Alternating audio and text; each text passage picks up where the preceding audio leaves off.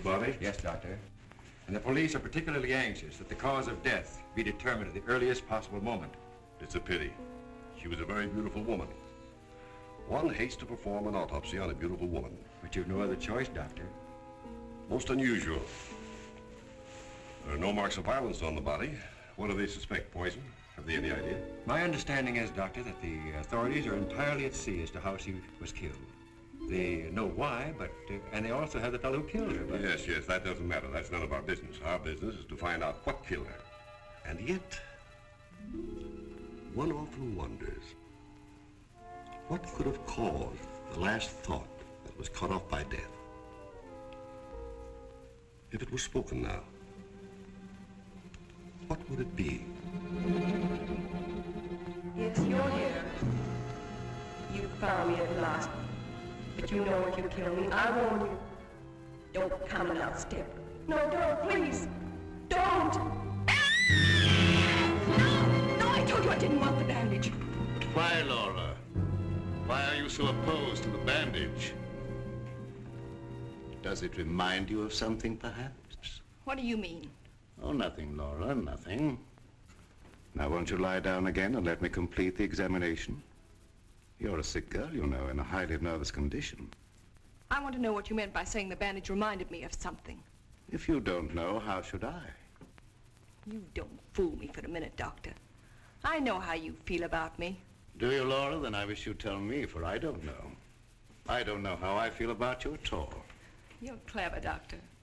But I'm wise to you and that fool of a son of yours. How long have you been married to Ward now?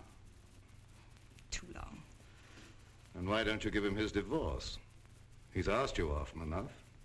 I'll give him a divorce when I'm good and ready. I see. I'm not afraid of anything he can do, or you, or anyone else. What's that? Your heart beating like a trip hammer. I must warn you that this high state of nervous tension... What's that noise?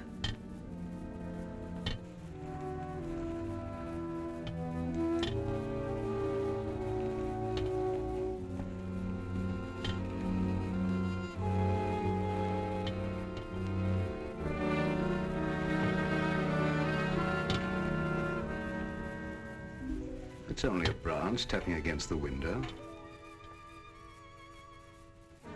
Now, my dear Laura, if you want me to help you, you must tell me what it is you fear. I told you I'm not afraid of anything. I know what's going on here. Someone's trying to scare me out, but it won't work, see? Here I am, and here I'll stay until I rot. I'm afraid there's more truth in that than you suspect. Laura, I must ask you not to cause Father any more trouble. I don't want you threatening him, you hear? You too. You're so cute. I'm sure you want to be alone. You're not going to make him pay for my mistake. What are you going to do about it? I'd like to... You'd like to choke me, wouldn't you, Ward?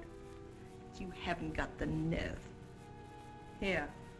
This is the only thing you ever gave me. You can have it back. She's right. I gave her this when we were married. It's the only gift that ever passed between us. Ward, what do you propose to do about Laura? What can I do?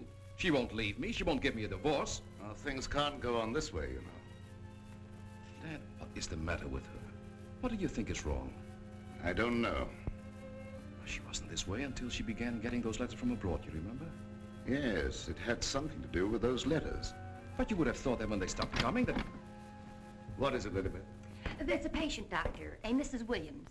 Williams? That's the name she gave, and she's decked out like she's going to a horse show. I can't see anyone today. Ask her to make another appointment. Dad, please don't let what has happened interfere with your practice. Oh, very well. Send her in a few minutes. Sure, Doctor. Oh, yeah, that Bill Raymond's waiting. Do you want to see him? Who's he? That private cop who's always hanging around just hoping somebody gets murdered. Oh, yes. He's probably come for his check. Take care of it, will you, Ward? Yes. Elizabeth. Yes. This for you. Gee, thanks, Mr. Waring. But this belongs to Mrs. Van E, doesn't it? Not anymore. It's all yours. She won't get sore, will she? I don't want to have any trouble with her. You know how she is. I know. We all know Elizabeth. And I want to thank you for your patience. Run along now, Elizabeth. Yes, Doctor.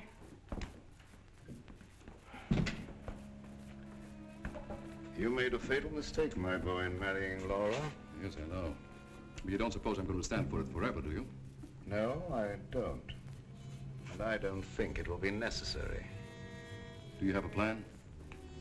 I think it'll be better if you leave everything to me. From the day a mysterious caller came to see Dr. Van E.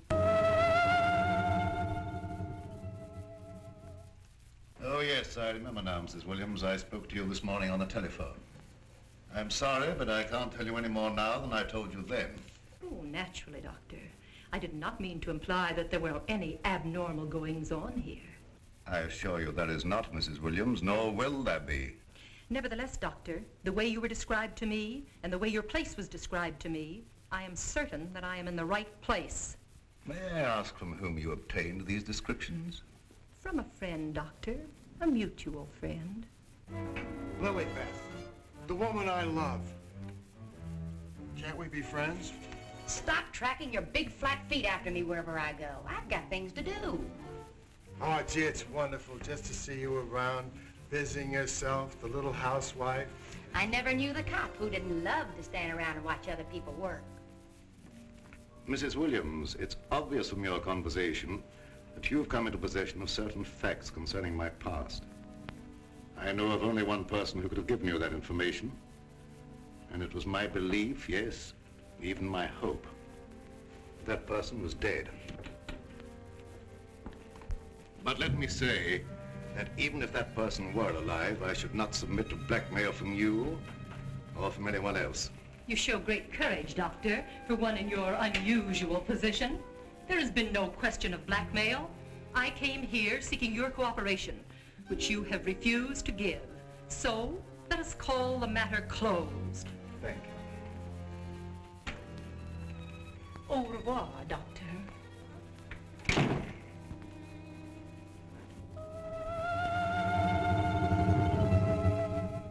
Then came this sinister pair.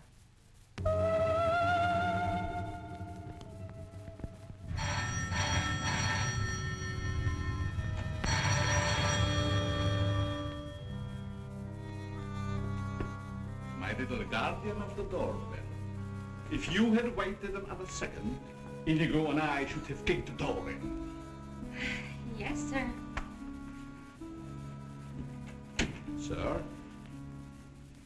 there is an air of inquiry about you that immediately offends my deepest nature. There is something suggesting Scotland Yard, the French Sûreté, the Italian Carabinieri, the Turkish Polizei, and other minions of the law. In short, sir, I think you're a cop. Yeah, how'd you know? I believe I'm in the home of Dr. Joseph Van E. Yes, sir. I mean, sirs. Oh, do not be polite to Inigo. He's only offended by it. Run along, Inigo. Make yourself at home. We got a nice tree in the yard, but it ain't got no coconuts. Michinata, Tarassin, ja yle. Vai adoptiinakan. Konsakannis. Tihle isnamustu. My little friend Inigo is deaf and dumb. He cannot hear and he cannot speak. But he reads the lips, and I would advise you to say nothing to annoy him. For his temper is short, indeed. This, I presume, is Dr. Van E.'s private office. Yes, sir. But I really should announce you. My dear girl, if I allowed myself to be announced, I doubt I would be received anywhere. I'm sorry, really I am, but the doctor won't see anybody without an appointment. Appointment? I have had an appointment with him these 20 years. He will see me. Doctor, someone's coming!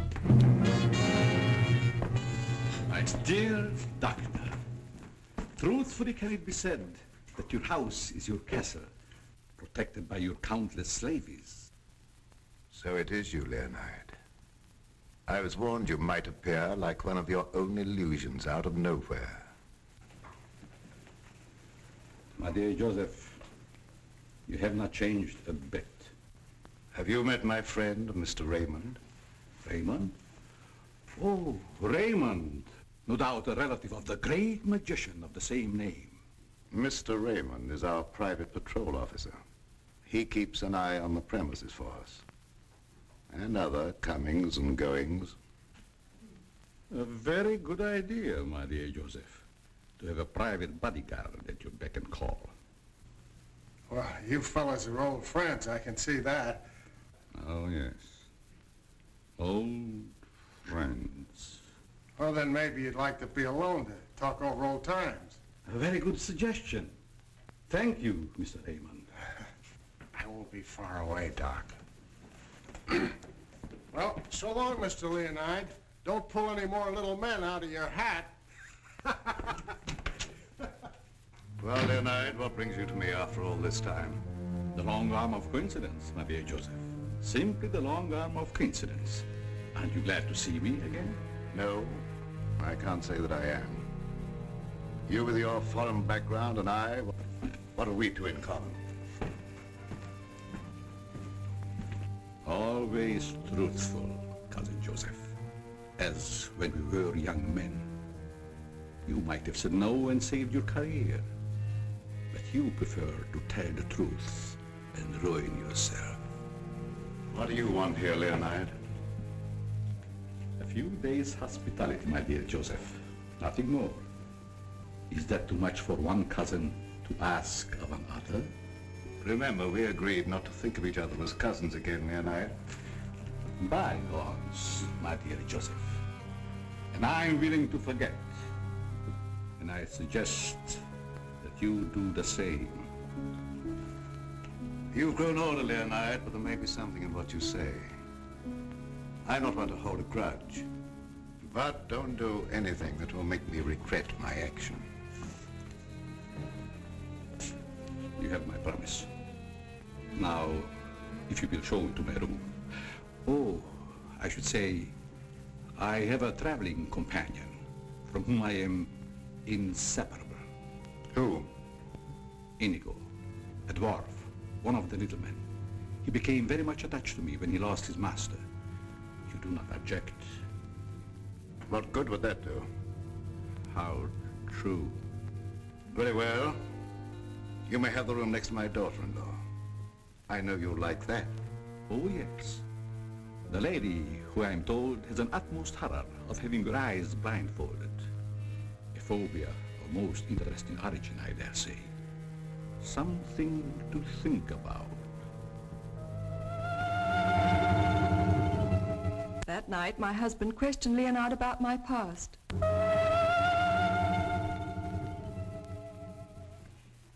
Cousin Leo. Oh, my dear Ward. How flattering that you remember me. Well, how could I ever forget you? What are you doing here? A chance visitor, my boy.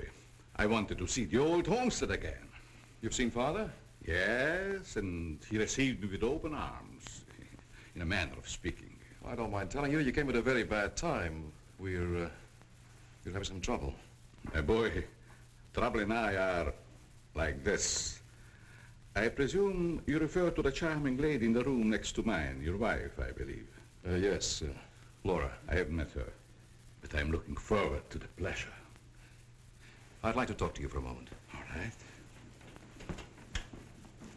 Perhaps you can help us. By doing what, my boy? You've been everywhere. You were caught in Europe during the war. I'd like to show you something. You may be just the person I'm looking for. If I can be of any service. Did you ever hear of a dance team called Renee and Lorette? I don't think so, my boy. And then again... There must have been such a team. Look.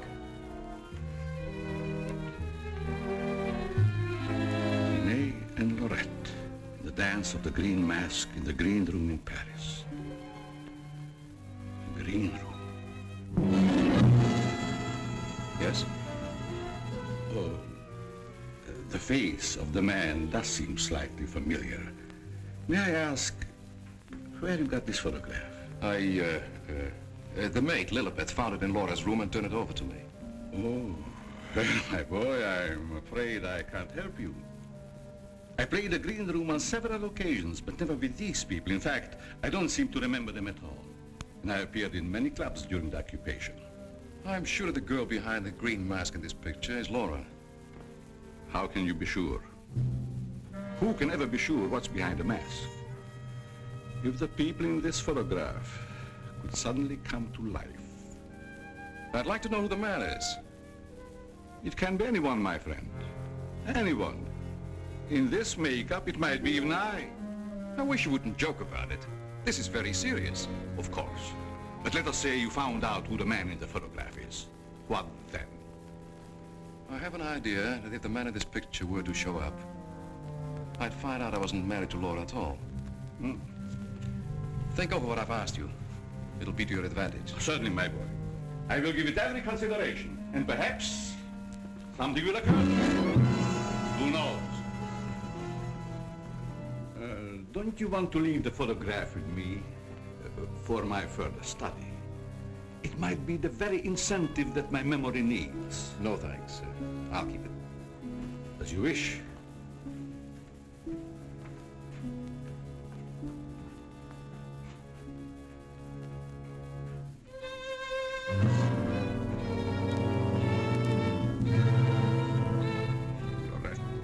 Lorette. I'll make a bet the man in green will get you yet.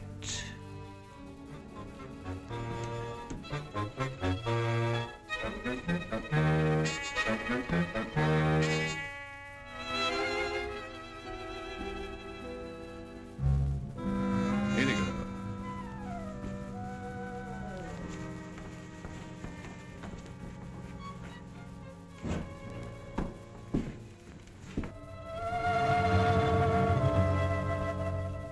A gruesome surprise was in store for me the following morning.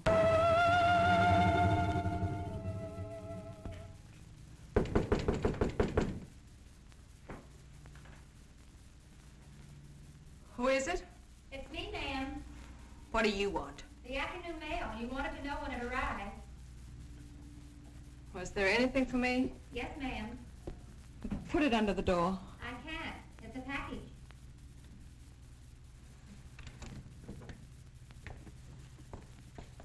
What's in it? I don't know. It's against postal regulations to open other people's mail. That's never stopped you before. I'd like to know what you mean by that remark, ma'am. Oh, shut up and get out. Don't you want me to help you open No, it? I don't. Get out. It's addressed to you in green ink with a warning. Look out for the man with the green mask.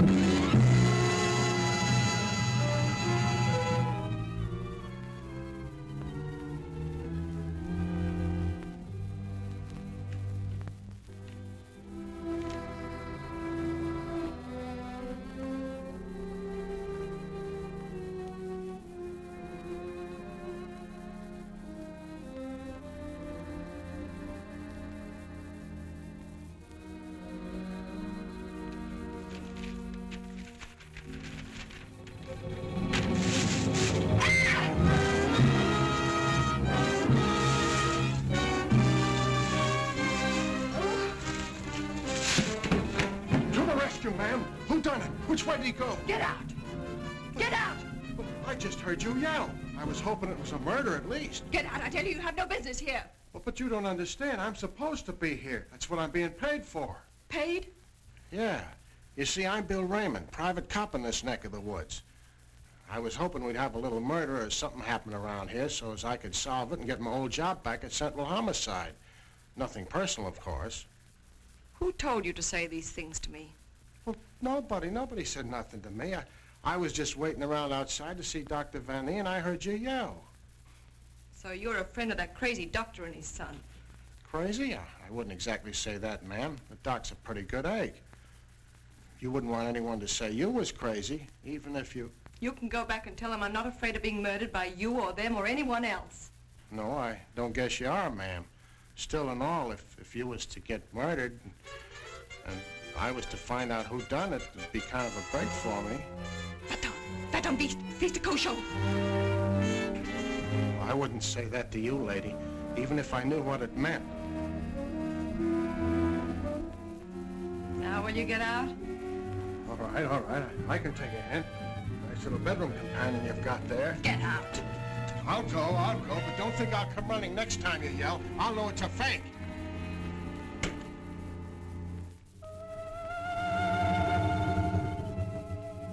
I became afraid and my mind started to crack.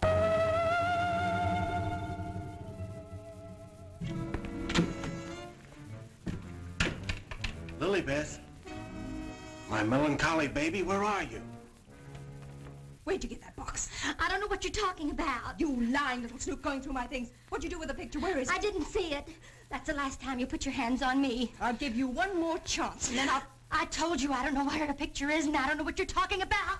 Been you all the time going through my things, opening my mail, rapping on my door at night. Now you're blaming me. I've never touched anything of yours. You've got my robe on now. Where'd you get that? I was just trying it on. Mr. Ward gave it to me. He said you didn't want it anymore. I'll tell you when there's something I don't want. Oh, shut up. It's only a dummy.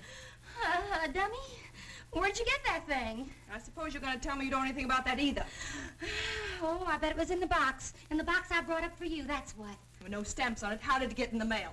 I don't know. The doorbell rang, and I thought it was a mailman. I opened the door, and it was sitting there on the stoop. You're lying. No, I'm not. I don't mind telling a lie now and then, but I'm not lying now, honest. Trying to scare me out. I'm not leaving. No, but I am. You come here. You and Mr. Ward are pretty thick, aren't you? Thick? Yes, thick like your head. He's fallen in love with someone else. Who's she? I don't know. It's not me. I know it isn't you. I know all the signs. He's fallen in love with some simple-faced man. There's always a way to get even with them. I've got to find that picture. Otherwise, they won't know what he looks like. I've got to send it to the police. He won't dare touch me. Who do you mean, the man in the picture? Have you seen him? Maybe I have, and maybe I haven't. Maybe I saw him go behind the thicket, or through the wall, or under the house. He's here in the house? Yes, I let him in. I let him in. He was waiting outside to get you, Miss Laval. Miss Laval.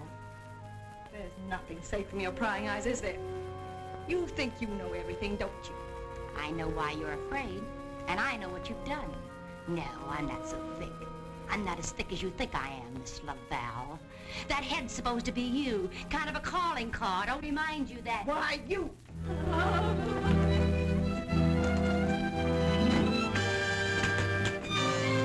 Excuse me, lady.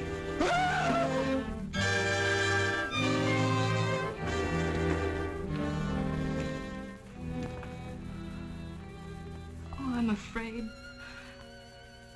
I'm afraid. Where are you hiding?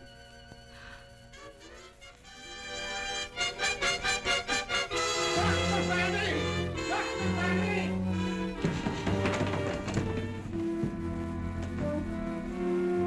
Dr. Fanny! Dr. Fanny! Doc.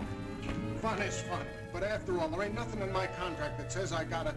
Well, now I ask, is that anything to be playing football with? Where did you get that, Raymond? Miss Fanny chucked it at me like I was a pass receiver for a football team. And I'm all out of practice. Let me see it. This comes from a group of anatomical specimens that was locked in a room in the cellar. How did you happen to get it? That's what I'm trying to tell you. There I was, outside her door, strictly minding my own business, understand? Listening at the keyhole. I don't think that belongs in the realm of your duties, Raymond. But, Doc, there were screams inside. You gotta admit it's within the longitude of my profession to make with an investigatory reaction thereto. What am I saying? I don't understand how his head got from its locked room in the cellar. Well, the way I heard it, it was sent to Mrs. Vanny. That was rather a gruesome practical joke. Why, your anatomical locker hasn't been opened for ages. I think you once told me you'd lost the only key to it. I know. There is no key to my knowledge. Why, that thing didn't walk out of the room by itself. Hardly. Doc, I'm worried. What about, Raymond? Well, now, take this head business. The whole thing don't seem hardly serious to me. I think that if it's all the same to you, I better be checking along to other duties. You're not afraid, are you, Raymond? Who, me? Scared? It's just that I don't think that there's gonna be any murder here done after all. That's too bad. Well, it's not your fault, I guess. It's just not my lucky day, that's all. Thank you, Lilybeth. Oh, Miss Lilybeth, have you a little more coffee in the kitchen? What happened to the 3 gallons I already gave you today? Lilybeth, what you need is a good, strong, steady man Who is always hanging around, tracking up my floors and things. What's that on your shoe? Looks like cobwebs from out of the cellar. What were you doing in the basement? It could have been the attic. Bill Raymond, you're holding out on me. What are you up to? Up to? Yes. Who asked you to go poking around in the cellar?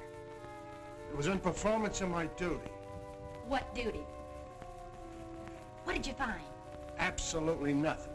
That's what makes me so disgusted. Too bad about you. You know, Lilybeth, I think somebody around here is just kidding. They don't mean business at all. Why don't you just wait around and see? Say, if you got any inside dope, I wish you'd tip me off. If I'm ever going to get back to Central and prove I'm a good detective, I gotta have some clues.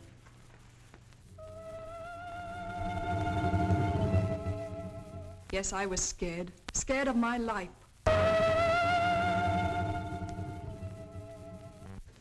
I expected big things of that ghoulish-looking guy, but he ain't delivered neither. I should say, in a way, you were entitled to expect big things from him. Leo was once confined in this house when it was an institution for the insane. Nerves, you know. Do tell. Well, then, he must know his way around the place, huh?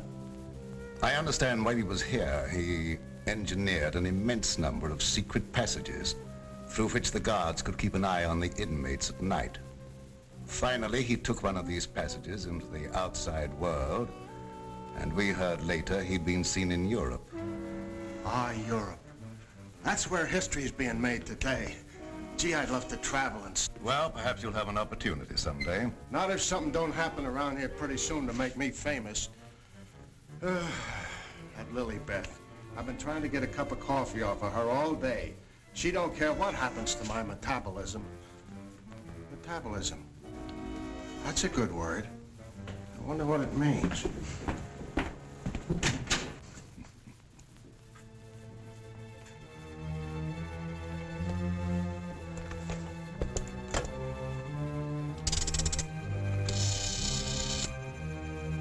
Operator, I want the police right away.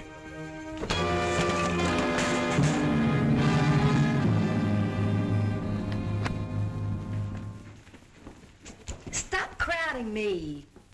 But, hon, don't you want me around to protect you? That Indigo guy might... Yes, but who's going to protect me from you? Lilybeth. My wild Irish rose. I just live for the day when I can take you out of all this. When I can slave and get you the luxuries in life. Gee, I'd gladly work my fingers to the bone to buy you expensive motor cars and furs and jewels and things and serve you breakfast in bed. What's the matter with me? Am I crazy? Yes, and I'd hate to hang by my neck until you got me all those things. Yeah, you might get a little blue in the face. Still and all I gotta do is to find myself one slightly murdered body, and I'm in. Stop looking at me. Oh, Lilybeth, sometimes I think I'm not getting anywheres with you. What do you think? I think you've got a good idea there. All right. You'll be sorry someday when you see my picture in the paper. Wait and see. Hey, Lilybeth, why don't you answer the doorbell? Maybe that Indigo guy wants in.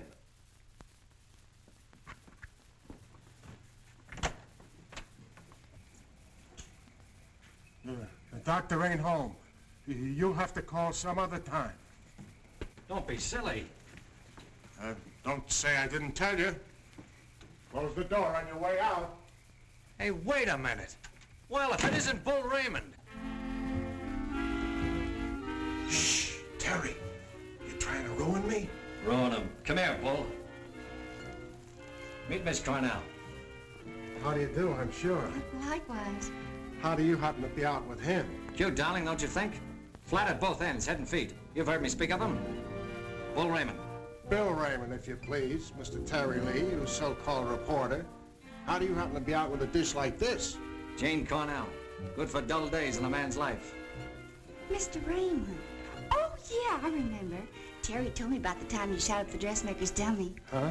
Yeah, he said you closed in on what you thought was the murderer, but it turned out to be the dressmaker's dummy, and you shot it full of holes while the real murderer got away. My pal. So this is where you've been hiding after they kicked you out for that fiasco, huh? Bull Bill, I mean? What are you doing here? Can't a man rehabilitate himself in peace? Here I come, looking for an honest crime around here so I can solve it and get myself back to Central. And you come along and... Where's the body, Bull? Bill? There ain't no body. That's the trouble. No, let's keep it friendly. Friendly? What do you mean? Let's have it. Who killed who and why? Are you kidding? Did somebody get knocked off around here? Look, I don't like to be kidded either. Where is it hidden, Sherlock? Oh, Terry, you've been on the police beat so long that... Now listen, Bill, you know me well enough to know I wouldn't come out here just for the ride. Not when I could be, It just so happens there was a call to the police. Came from out here. And I happened to be there when it came through. Miss Cornell happens to be the operator. So she tipped me off. Told me the line had gone dead. So I smelled the story, and here I am for an exclusive. You see what I mean? What's in there? Well, that's the doctor's consulting room, but there ain't nobody in there. I've been standing here for quite a spell. Open it up. Let's take a look. That's funny. The lights in here ain't almost never out. In you go. Never do that. I could get killed that way. Is that bad? Oh, so nothing's happened around here, huh? It's busted.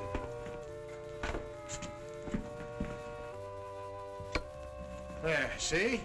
Like I said, there ain't nobody here.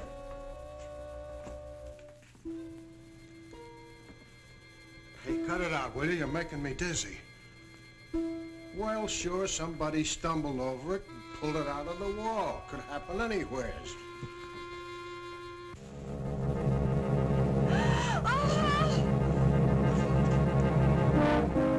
Wants to shake hands with you, Bill. Step right up. Not me. You seen it first.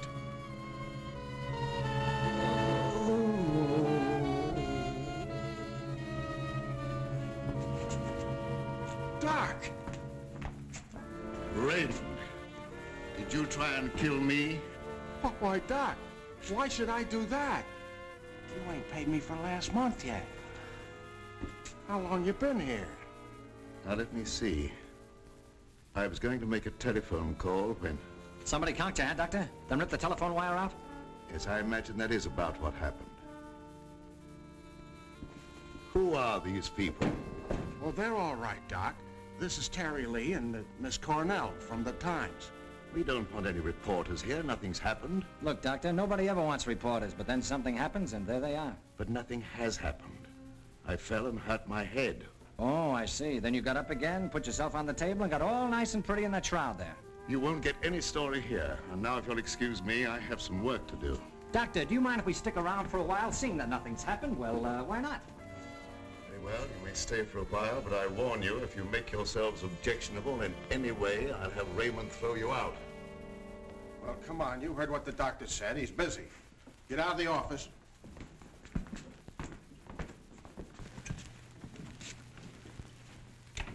Probably a pretty nice guy, caught in a tough spot. That's the way I see it. You wouldn't want me to tell him you got kicked out of homicide, would you, Bill, old boy? Oh, Terry, you're my pal. You know that, don't you? Would I kick you out? You would if you could, Bill. Now, why can we have a little talk, quiet-like? Well, if you just follow me in the parlor over here. Oh, me too, darling, me too. Darling knows everything about everyone, and that's how I learned. Did that? I just sit at his feet and listen. Yeah? Baby, I'm going to miss you an awful lot when I grow tired of you. Now, remember, you're just going to listen. Well, of course, darling. What else do I do when I'm with you? Sit down. Now, as I remember it, there was a singer at the Click Club who called herself Flora Laval. Didn't she marry young Ward Vanny a couple of years ago? I don't know nothing about it. Oh, yes, you do. It was just about the same time that you had that affair with the dressmaker's dummy. Oh, yeah. Yeah, now I remember, Terry. You're right. She was down to the Click Club, and it was her that married Ward. Wasn't that on a bet of some kind? Well, there was a party going on, and somebody dared Ward to ask the singer to marry him, and he thought at the time it was a good gag, and he went along with it. That's right. He got pretty high and then popped the question at her. How romantic. I just love that. Hush, dear. L-I-S-T-E-N. Oh. Well, that's how it happened anyway. Ward woke up the next morning and found himself married solid. He'd asked her, and she'd snapped him up. Oh, and they lived snappily ever after. I don't care. I think it was sweet. Darling, couldn't I get you high sometime and... Sweetheart, have you ever heard the old saying about little girls? What's that? Little girls should be seen and not heard. Now go on, powder your nose. All right. I think I'll be shoving along, too. Now, wait a minute. We're just getting started. We were talking about a singer who called herself Laura Laval. Pushed away into this house for good reasons of her own. Gentlemen, I beg your pardon. I must tell you frankly, I have been eavesdropping. Professor Leonard, this is a reunion. My boy, you must forgive me.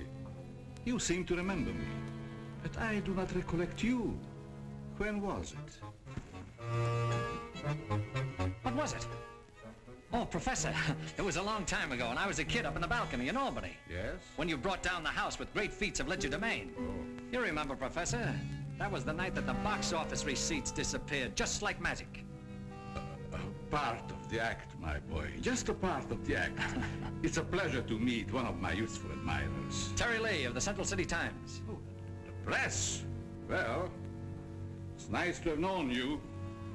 Wait a minute, Professor. What's your hurry? Are you afraid I might bring up the subject of those certain unfortunate recent connections of yours? Shot in the dark, my boy, I'm sure. And I will ignore it. Of course. And this young lady, no doubt a companion of yours. Jane Cornell, my fiancée. Delighted. Likewise, I'm sure. Delightful.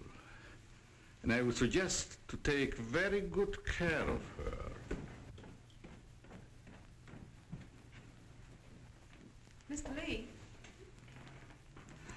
Oh, I haven't had a chance to talk to him yet, Mrs. Van Eve. Never mind, I'll tell him myself. Darling, I met her upstairs and I told her all about you and that you know everything about everyone. Thank you very much, dear. Welcome to your living room, Mrs. Van Eve. Thank you, but it isn't my living room. I understand you're not unaware of my position in this house.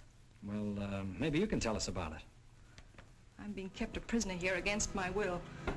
I'm alone and friendless. I'm sorry. Why haven't you called the police? They've done nothing but to call for the police. They have kept me penniless so that I can't leave. I understand. They're trying to destroy my mind, Mr. Lee. By innuendo and indirection, they're trying to make me believe I've done something dreadful in the past. That I'm to be the victim of some horrible vengeance. You know best about that. I'm innocent, Mr. Lee. I've done nothing. Now, this doctor's brought some stranger here with these tricks and illusions to further make me believe... You mean the professor and his little, Yes.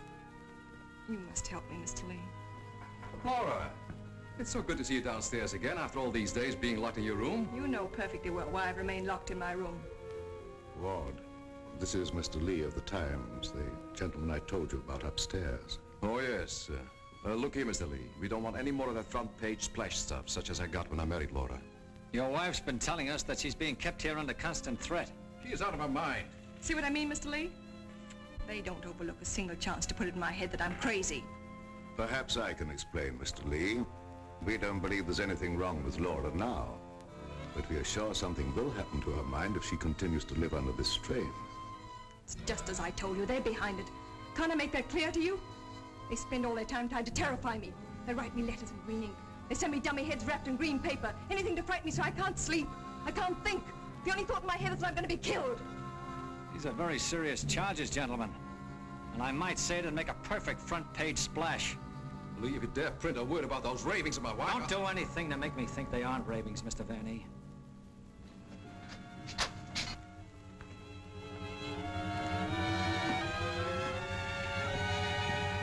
He said to put the blindfold on. and you will know the truth. No!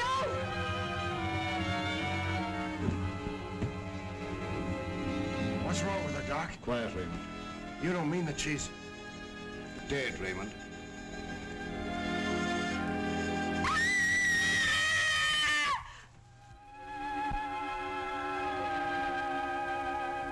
Then I knew that he was here.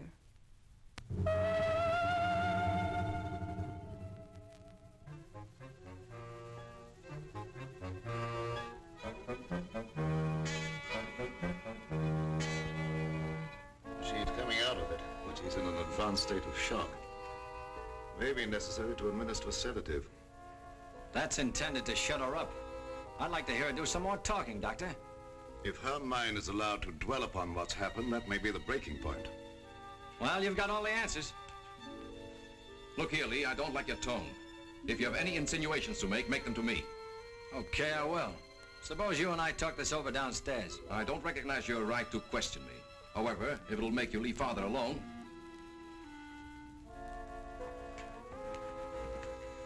Bill, fix yourself a chair right outside the door and don't leave until I get back. Sure, sure. But what about Lilybeth? Don't she rate nothing around here? Now, Lee, first I'd like to see your credentials. You're busting here saying you're a reporter. That's the old turn the tables gag, Vanny, but if it'll make you any happier, take a look. All right, you're a reporter. But I still don't understand how you and the young lady got the news about our troubles. Do you really believe that story, Lee?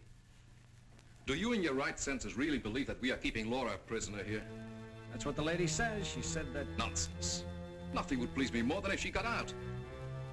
Look, I don't get any of this stuff, Vanny, but there's a tricky deal going on around here, and I intend to sit in on it. Too bad I can't flash the city desk to make ready for a front-page replay. Yes, isn't it? Either your wife is the victim of a well-plotted program of persecution calculated to drive her insane, or she's the witch you say she is. You're the fellow with the nose for news. What does it tell you? It tells me that right now I'd like to know where your disappearing relative is.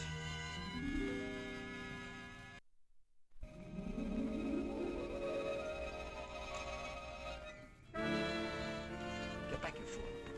What's out there? I have a right to know.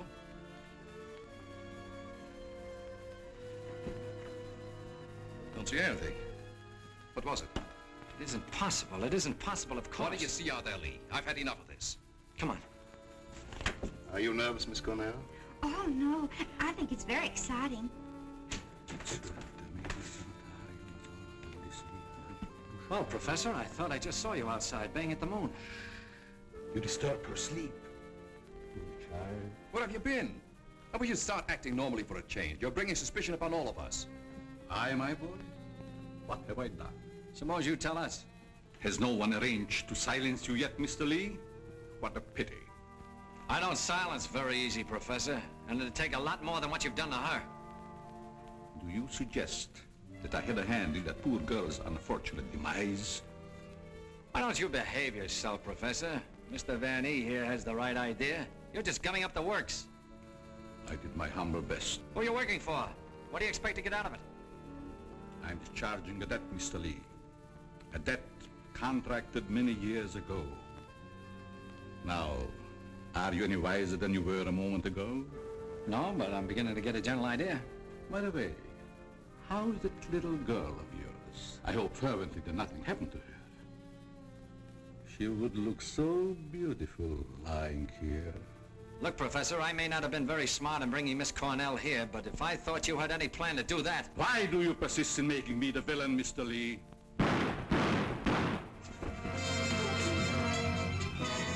Now we will let you be the witness, Mr. Lee. I am here. The sounds came from upstairs, right? Always reliable. Now what do you rehearse? In there, Terry! In there! It's murder!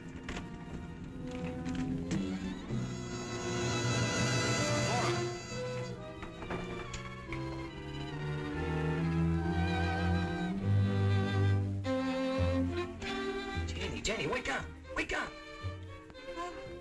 Oh, Terry. Tell me, what happened? Oh, Terry, darling. Let me think. Everything went black and... Yes? Then Then it started to talk.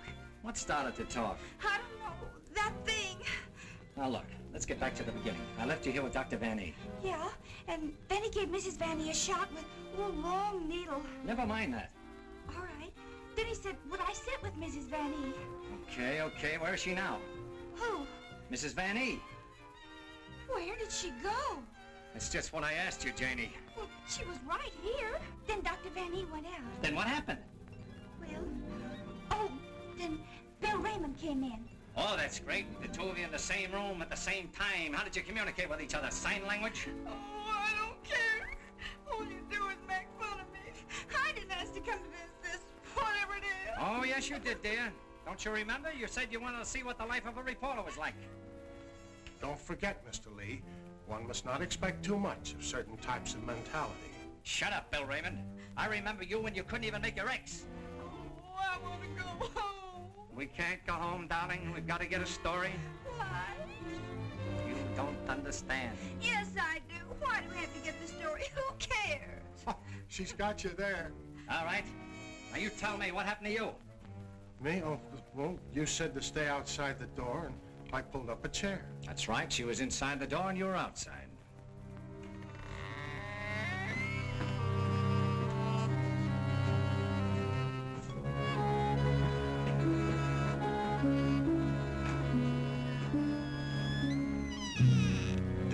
Then come that odor of heavenly perfume. That wasn't Lilibet. It was sweet and penetrating, like an ancient drug. And I felt kind of sleepy-like. Oh, so sleepy.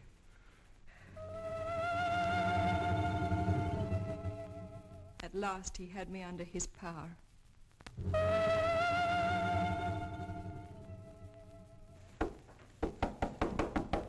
There must be a button or a gadget of some kind around here.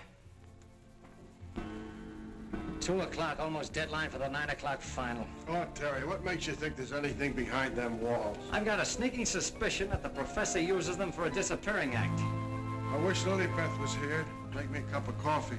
Well, she's right over in the doctor's office. Why don't you ask her? Poor Lilibeth. I kind of hinted that all I needed was a murdered body, but I didn't think she'd take it personal.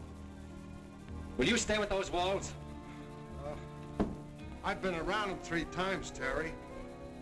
Thing I can't understand, if the professor was down here when the trouble was going on upstairs, he just had to be 2 different guys in order to have a hand in it. Oh, Terry, let's figure it out in the morning, huh? What's that?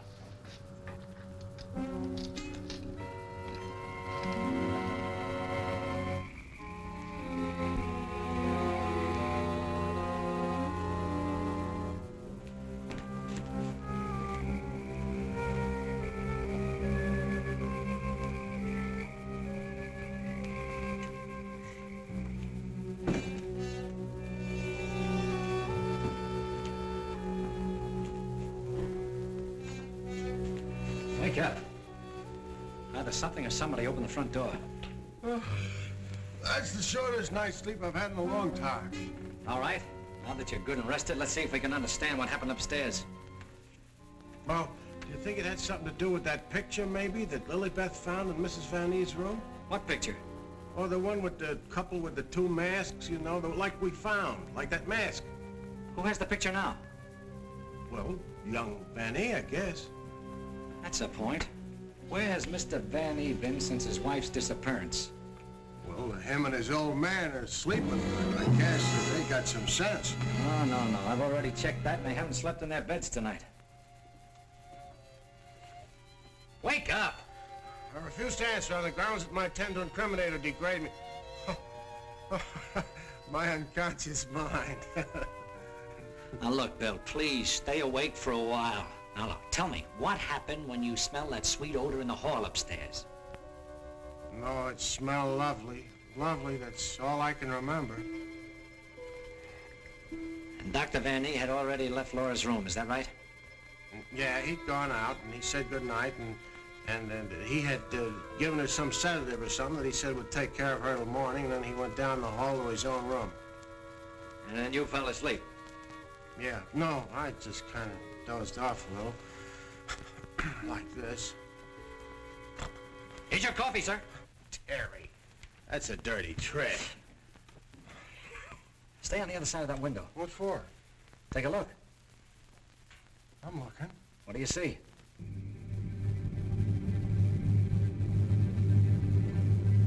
Why, it's Professor Leonard. You think so? Come on, get outside. Who, me? Yes, you. I can't go out there with Jane in here. Well, why can't I stay inside and watch and you go outside? Oh, that's great. You'll watch the way you did upstairs. Now, do you want that guy to get away? Yes. Standing there shaking in your boots. Aren't you ashamed of yourself? No. Well, you should be. Go on, Bill. This is your one chance to rehabilitate yourself. Wished I'd never even heard of the word.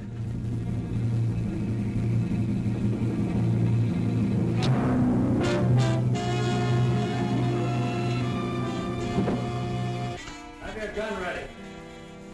What good is a gun against what's going on around here? Lilybeth! Gee, this ain't natural. Who are you talking to? The woman I loved. Poor little angel. Try and speak to me. She can't hear you.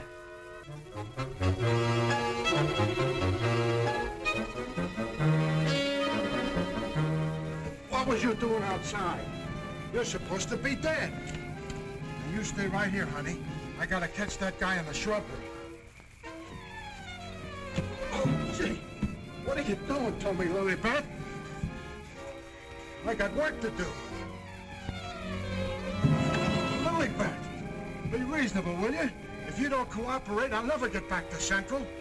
Never mind, Raymond. Take care of Lilybeth. Lilybeth! Yeah, that's who it was. I opened the door and she fell right in my arms. Like she had something special to tell me. You notice that fragrance about her? And to think this wilted flower was once even as you and I. Take her back into Dr. Van Ee's office. What's she doing wandering around? She's supposed to be a corpse. What happened to that guy outside? Never mind. You found her. I never knew she was lost. I missed her. I missed her from my office. Will you please take her back? What are you gonna do? Yes, Doctor, and what have you been doing? We've turned this house upside down trying to find you. Hardly that, young man. If you'd done that, you would have found me. Now, Raymond, we can't allow this girl to remain in this condition any longer. But what can you do? She looks like a perfect stiff to me.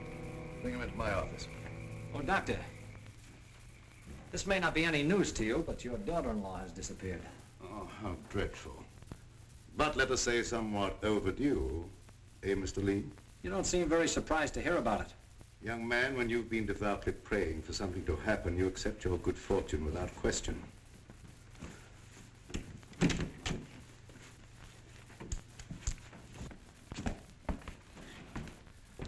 We thought that probably you might be able to throw some light on the subject. That's right, Raymond. Leave her there. There's absolutely nothing wrong with her.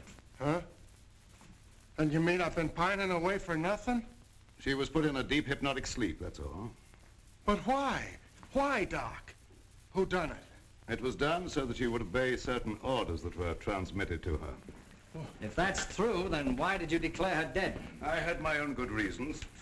Would you give me one reason why you like to go around getting hit on the head? That must become a little monotonous. Mr. Lee, are you sure that you saw what you thought you saw? Well, I'm not blind. I might be getting a little dizzy in this madhouse.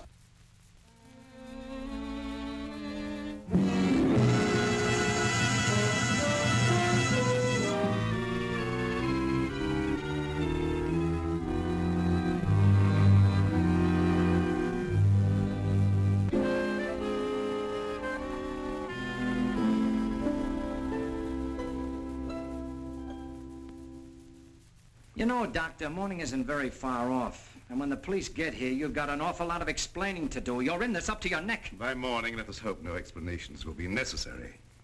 Everything will have explained itself.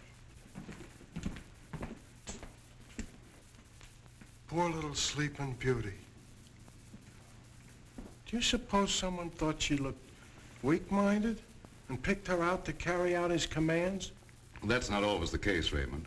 If Lee and I were here, we could settle this case very quickly. Gentlemen, it is my peculiar misfortune to always be in a position where I may eavesdrop. How can I be of service, Cousin Joseph? Oh, Professor. Ask me no questions, my friend, and I will tell you no lies. Leonard, you could undo certain mischief that has been done this girl. I know you can help if you will. I could, Marie Joseph. But I will not bring down the wrath of the unknown madman who is loose about these premises. It is a matter of self-preservation, and I had nothing to do with hypnotizing this girl. I have an idea that she may have already carried out the unknown's orders and that he no longer needs her. Nevertheless, my dear Joseph, you must excuse me. Just a minute, Professor. I wonder what would happen, Professor, if in connection with your sudden reappearance here, somebody dug up the old story of why you swindled Dr. Van E. and then ran off and let him take the rap. I will not be blackmailed, Mr. Lee.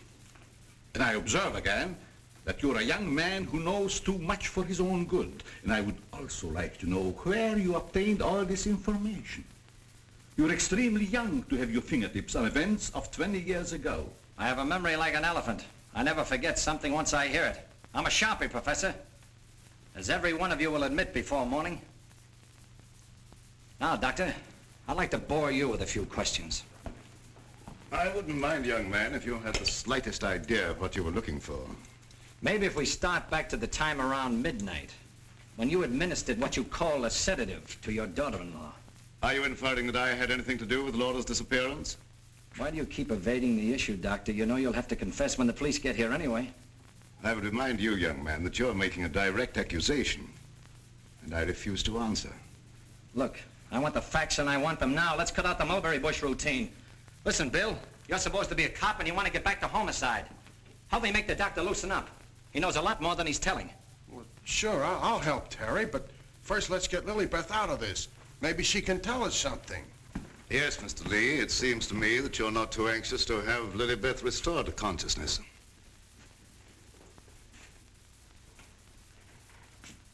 What do you hear, Doc? Her heart's in a very depressed condition. Someone's been giving her orders by mental telepathy. Hey, could I learn to do that? Supposing Lilybeth was in the kitchen, could I telegraph her a wish for a cup of coffee, huh?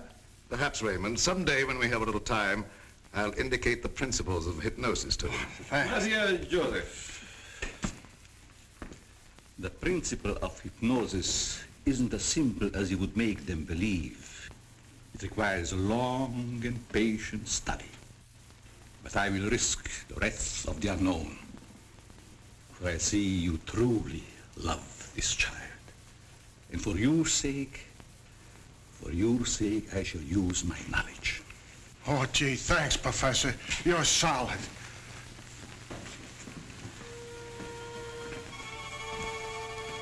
O gloria creatit mellettem, aut felicem luciferi filettem, ivarum serdium mare. Wake up. Wake up. Lilybeth, darling. Keep your big hands to yourself. What are you slapping me for? Professor, put her back to sleep. It's better that way. What have you been doing to me? Me? What have I been doing? Yes, what have you been doing? You gotta learn me that hypnotism trick. It's my only chance. Tell me, Lilybeth, what happened? Well, I can't seem to remember it. It all seems like a dream. Did you see anyone? No. But I do remember a perfume, a sweet odor. Yes, go on. Terry, darling. Oh, Terry, darling. Yes, Jane. What is it? Is it Halloween? No, it isn't. Then why was that green face bobbing up at the window? What? Yeah, a green face just like the one I saw in Miss Van E's room. You saw a green face in Mrs. Van E's room? Yes, darling, that's what she was shooting at. I mentioned it to you, but you're so scatterbrained. Yes, dear, I'm scatterbrained. Does your mind feel rested now and everything after your nap? Mm-hmm. That's a good girl. Now, come on, tell me, what happened? Oh, don't yell at me. I can tell you just how it happened. We were alone in the room, and Laura was going to sleep. And then she said, oh, take away the bandage. And I said, what bandage? And then she said, oh, don't shoot me. I didn't mean to do it. And then, the room got awfully black. I think somebody must have turned off the lights. Just like that. Go ahead, you're doing fine. Well... Yeah, the lights had already gone out. Uh-huh. And the room got awfully dark. You've already said that. Think hard now. You saw a green mask. It came out of the wardrobe. Like a moth? Yes, darling, just like a moth. Oh, how clever of you. It was just like a great big moth, and it flew around and Please around, don't around. make yourself any dizzier than you are. Now tell me the rest of it. Well, I just don't see how you could remember that it was like a great big moth. And did you see it? Were you there hiding in the wardrobe, maybe? No, I wasn't in the wardrobe. Now look, Jane, please, be yourself. No, I mean, don't be yourself. Just relax. Relax. Mr. Lee, just a moment. Where were you? Were you upstairs? No, I was down here talking with your son. And by the way, where is he? Here I am, Mr. Lee. What can I do for you? Will you stop it? Yes, I was listening outside the door. You haven't answered my father's question yet. Oh, come on, take it easy, take it easy. Maybe you can tell us where you've been, Mr. Vanny. Of course you don't know anything about your wife's whereabouts. Oh, go on, tell him where she is. I want to go home. I'm hungry. Quiet, everybody, quiet! Laura! Don't. No, don't. Don't.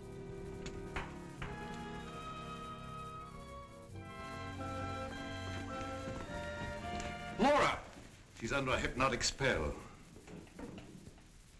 Ladies and gentlemen, it has been an exciting night, and you all are deserving of some explanation and relaxation for the strange goings-on. The guy who's doing the talking is behind the wall somewheres. Now you're getting smart, Sherlock. We introduce at this time the team of Lorette and Renee as they appeared at the height of their success in the green room of the Paris Crillon. Sure, the mask, the picture. Mademoiselle Lorette. Now I know who he is. Mademoiselle Lorette will now put a bandage over her eyes, the better to see the inner truth. Very good, Renee. Very good. Just like the old time. Would any member of the audience like to ask Mademoiselle a question? Come, Mr. Lee. You have been so full of questions up to now. I'm thinking, brother. We cannot keep Mademoiselle too long in this delicate mental balance. She has been under a great strain lately. Then I will ask the questions myself. Yes, Rennie, I'm at your command. Are you afraid now? No, I'm quite safe. Will you tell the truth? Yes. They came to me and said your partner, he of the magic feats and rare impersonations, is a spy. But we can't prove it. We will give you 1,000,000 francs if you, Lorette, bring us that proof. Now we shall know. You gave them the proof they wanted? Yes. They took him away to be killed? Yes. What was he to you, this man you betrayed? This man you sold to the enemy for money? He was my husband.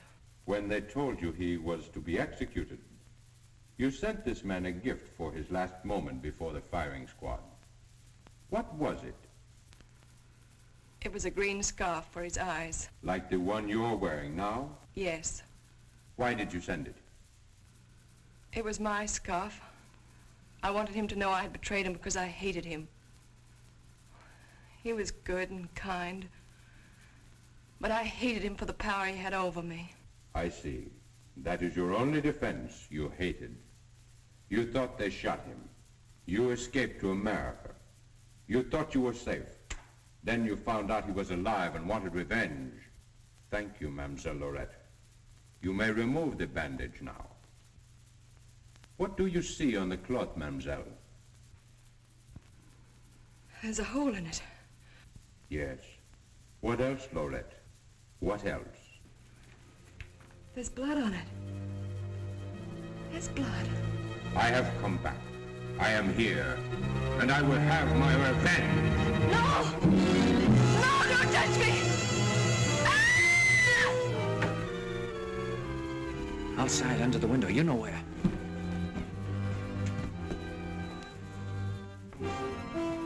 Yes, he had his revenge. She's been living in mortal terror that he'd find her. Just a minute, lady. You ain't going nowheres. Well, if it ain't Mrs. Williams, come along with me.